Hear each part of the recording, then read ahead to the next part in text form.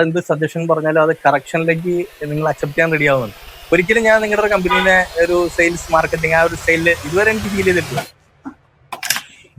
Sir പോണ്ടേ, സമയമായി. Okay, പോവാം. അവർ സെറ്റാക്ക്. അപ്പൊ നമുക്ക് പുതിയൊരു റിനോവേഷൻ വർക്കിലേക്ക് പോവാം. അങ്കമാലി അടുത്ത് നീലേശ്വരം എന്ന് പറഞ്ഞ സൈഡിലാണ് നമുക്ക് പുതിയ റിനോവേഷൻ ഉണ്ട്. റിനോവേഷൻ എന്ന് പറയാൻ പറ്റില്ല, കാരണം ഒരു വീടിന്റെ 4 സൈഡ് മാത്രം നമ്മൾ അവിടെ നിർത്തിയിട്ട് ബാലൻസ് ഫുള്ള് നമ്മൾ ഇൻസൈഡ് ഫുള്ള് റൂമും കാര്യങ്ങളൊക്കെ സ്പേസ് ഒക്കെ നമ്മൾ ലൈറ്റിങ് കാര്യങ്ങൾ കുറവുണ്ടായിരുന്നു. അപ്പൊ അതനുസരിച്ചൊക്കെ നമ്മൾ ചേഞ്ചസ് ചെയ്തിട്ടുണ്ട്. അത്യാവശ്യം നല്ല രീതിയിൽ നമ്മൾ ചെയ്യുന്നുണ്ട് അവിടെ വർക്ക്സ്. അതേപോലെ തന്നെ ഫസ്റ്റ് ഫ്ലോർ എടുക്കുന്നുണ്ട്. അപ്പൊ അതിന്റെ വിശേഷങ്ങൾ നമുക്ക് സൈറ്റിൽ പോയിട്ട് കാണാം. ഓക്കെ. എന്റെ പേര് ജസൽ. ഞാൻ എന്റെ വീട് വരുന്നത് നീലേശ്വരത്താണ്. അപ്പൊ സാറ് നമ്മൾ ഇതിനകത്ത് ഫുള്ള് വീട് നമ്മൾ പൊളിച്ചൊരു റിനോവേഷൻ രീതിക്ക് നമ്മൾ ചെയ്യാൻ പോകുന്നത്.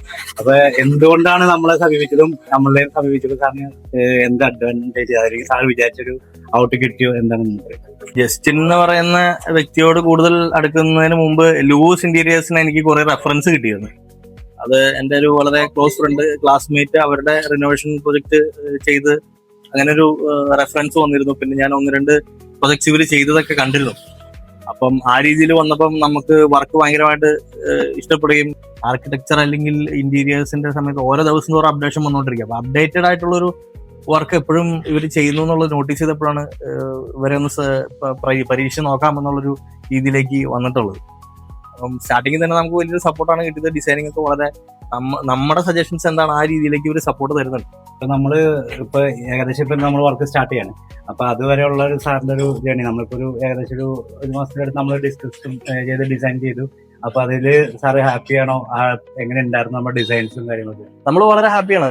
കാരണം നമുക്ക് ഈ ഒരു പ്രൊജക്ടിനെ കുറിച്ച് ഡിസ്കഷൻ സ്റ്റാർട്ട് ചെയ്തപ്പോൾ തന്നെ നമുക്ക് ആ ഒരു കിട്ടിയ സപ്പോർട്ടും നമ്മുടെ റിക്വയർമെന്റ്സ് എന്താണ് അതാണ് നിങ്ങൾ തന്നൊരു പ്രയോറിറ്റി. അപ്പൊ അതിനെ നമ്മൾ ഭയങ്കരമായിട്ട് അപ്രീഷിയേറ്റ് ചെയ്യുന്നു. ഈ പറഞ്ഞ പോലെ നമുക്ക് സാറ് ബഡ്ജറ്റ് കാര്യങ്ങളൊക്കെ എങ്ങനെയാണ് നമ്മളുടെ ഭാഗത്തു നിന്നുള്ളത്? കറക്റ്റ് എല്ലാം ഓപ്പൺ, അതായത് നമ്മൾ ചെയ്യുന്നതിൽ ഒരു ഹിഡൻ പരിപാടിയിലല്ല, ഓപ്പൺ ആയിട്ട് പറയാ എന്തൊക്കെയാണ് ചെയ്യാൻ പറ്റുന്നത്. അത് അപ്പൊ അതിനെ കുറിച്ച് ഒരു അഭിപ്രായം? ബഡ്ജറ്റിലൂരി നമ്മള് താമസിക്കുന്ന ഒരു വീട് എന്ന് പറയുമ്പോൾ നമ്മുടെ സ്വപ്നം കൂടിയാണ്. അപ്പോ ആ രീതിയിൽ വരുമ്പോ നമുക്ക് നമ്മുടെ എന്താ പറയാ ഡെയിലി ലൈഫിന് നമുക്ക് ഏറ്റവും കൂടുതൽ ഉപകാരപ്പെടുന്ന രീതിയിൽ ആ വീടിന്റെ ഫെസിലിറ്റി മാറ്റുക എന്നുള്ളതാണ്. അപ്പൊ അതിന് ബഡ്ജറ്റ് എന്നുള്ളത് ഞാൻ സെക്കൻഡറി പരിപാടിയാണ്. അത് ബഡ്ജറ്റ് ഓവറായിട്ട് പോകണമെന്നല്ല, നമ്മുടെ ആവശ്യങ്ങളെ നിലനിർത്തിക്കൊണ്ട് ബഡ്ജറ്റ് കുറയ്ക്കുക. നമ്മളുടെ ഇതിലേക്ക് വന്നപ്പോ സാറ് ബഡ്ജറ്റ് കൂടുതലാണോ കുറവാണോ ഇങ്ങനെ പുറത്ത്?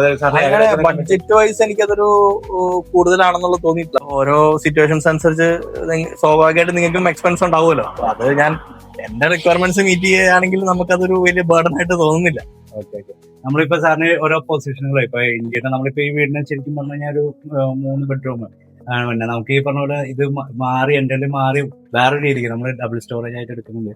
അപ്പൊ ഇതിനകത്ത് സാറിന്റെ ഇഷ്ടങ്ങളെല്ലാം നമുക്ക് ഇവിടെ ഉൾക്കൊള്ളിച്ചുകൊണ്ട് നമുക്ക് ചെയ്യാൻ പറ്റുമോ? അല്ലെങ്കിൽ നമ്മളൊരു ഔട്ട് തന്നപ്പോ സാറിന് അതെങ്ങനെ, അതായത് എങ്ങനെ അത് നമുക്ക് ഫീൽ ആയി? അതായത് സാറിന്റെ ആഗ്രഹങ്ങളൊക്കെ വന്നോ? ആ ഒരു സ്പേഷ്യസ് നമുക്ക് സ്പേസ് എല്ലാം അറേഞ്ച് ചെയ്യാൻ പറ്റിയ കാര്യങ്ങളൊക്കെ? തീർച്ചയായിട്ടും ഞാൻ അതിനകത്തൊരു പോസിറ്റീവായിട്ട് കാണുന്നത്, ഇപ്പൊ നമ്മൾ എന്ത് സജഷൻ പറഞ്ഞാലും അത് കറക്ഷനിലേക്ക് നിങ്ങൾ അക്സെപ്റ്റ് ചെയ്യാൻ റെഡി ആവുന്നുണ്ട്. സാധാരണ ഒരു ഒരു ഇന്റീരിയർ കമ്പനിയാണ്, അവരുടെ സജഷൻസ് ആണ് നമ്മളിലോട്ട് കൂടുതലും സജസ്റ്റ് ചെയ്യാൻ ശ്രമിക്കാറ്. ഒരിക്കലും ഞാൻ നിങ്ങളുടെ കമ്പനീനെ ഒരു സെയിൽസ് മാർക്കറ്റിംഗ് ആ ഒരു സ്റ്റൈലില് ഇതുവരെ എനിക്ക് ഫീൽ ചെയ്തിട്ടില്ല. അതാണ് നിങ്ങൾക്ക് ഒരു പോസിറ്റീവായിട്ട് ഞാൻ കാണുന്നത്. ഇപ്പൊ നമ്മൾ തരുന്ന പ്രൊജക്ടുകൾ, ഇപ്പൊ എല്ലാ പ്രൊജക്ടുകളും ചെയ്താലും നമ്മൾ എന്തെങ്കിലും നമ്മളൊരു ഗ്രൂപ്പ് ഫോം ചെയ്ത് അതേപോലെ തന്നെ നമ്മളൊരു ഡിസൈൻ നിങ്ങൾക്ക് ഇഷ്ടപ്പെടുന്നവർ നമ്മൾ ചെയ്തുകൊണ്ടിരിക്കും. ചേഞ്ചസ് കാര്യങ്ങളെല്ലാം ചെയ്ത് എല്ലാ കാര്യങ്ങളും നിങ്ങൾക്ക് പറഞ്ഞു. അപ്പൊ നമ്മുടെ പ്രൊജക്ട് ടീമുകളിൽ ഇപ്പൊ നമ്മൾ ഡിസൈനർ ആയാലും എഞ്ചിനീയർ ആയാലും അല്ലെങ്കിൽ ആരായാലും നമ്മൾ സാറായിട്ട് ഒരു കോൺടാക്ട് ചെയ്ത ഒരു ടൈം ഉണ്ടല്ലോ.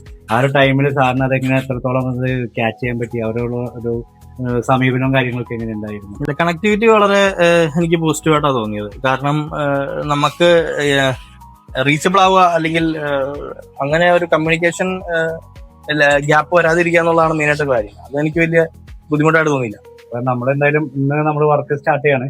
അപ്പൊ സാറിന്റെ പ്രാർത്ഥന നമ്മുടെ പ്രാർത്ഥന എല്ലാവരും കൂടെ ഉണ്ടാവും. അപ്പൊ ഒരുമിച്ച് നമുക്കിത് വർക്ക് നല്ലൊരു രീതിയിൽ നമുക്ക് എന്തായാലും തീർച്ചയായിട്ടും നമുക്ക് ഒരുമിച്ച് വർക്ക് ചെയ്യാം. ഓക്കെ. Thank you.